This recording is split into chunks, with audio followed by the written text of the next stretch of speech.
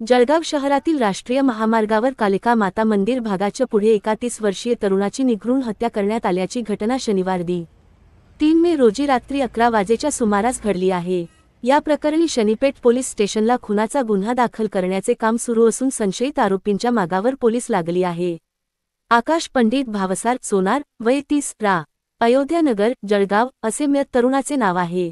त्याच्या पश्चात आई, पत्नी, एक मुलगी, एक मुलगा असा परिवार आहे. तो ट्रान्सपोर्ट नगरामध्ये गाडी भरण्याचे एजंट म्हणून काम करून परिवाराचा उदरनिर्वाह करीत होता. केसीएम दरम्यान अनेक महिन्यांपासून आकाशची पत्नी व तिच्या परिवारासोबत कौटुंबिक वाद निर्माण होता. सातत्याने ती माहेरी येत जात असायची. काही दिवसांपासून तो पत्नीला घेऊन वेगळा राहत होता.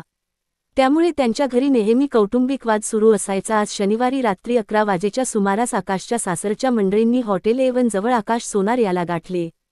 कौटुंबिक वादातून आकाशवर संशयित आरोपींनी धारदार शस्त्राने मांडीवर, छातीवर आणि गुप्तांगाला गंभीर वार करून जखमी केले.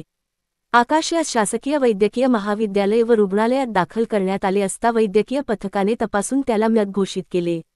दरम्यान, रुग्णालयात उपविभागीय पोलीस अधिकारी संदीप गावित, शनीपेठ पोलीस स्टेशनचे निरीक्षक रंगनाथ धारबळे यांच्यासह पोलीस अधिकारी आणि कर्मचारी दाखल झाले आहेत. 4 संशयित तरुणांची नावे समोर आली असून पोलीस त्यांचा शोध घेत आहेत.